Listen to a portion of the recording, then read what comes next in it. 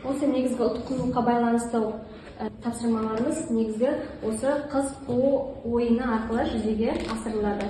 Яғни мұнда негізгі шарты бойынша қыз қууда бірінші қыз ойынды бастайды, содан кейін артынша жігіт оны қуу керек. Яғни әр қыз кубикті бірінші бастаған кезде кубикті айналдырады. Мысалы 5 сан түскен кезде қыз мынадан бастап бірінші, екінші, үшінші, төртінші, бесінші қатарға келіп орналастырады және осы жердегі тапсырманы алып, астындағы тапсырманы орындайды. Содан кейін артынша бала кубикті айналдырып шыққан сан бойынша ол да қыздың артынша жүреді. 4 болса 1, 2, 3, 4 және осының астындағы жасырынған тапсырманы орындайды.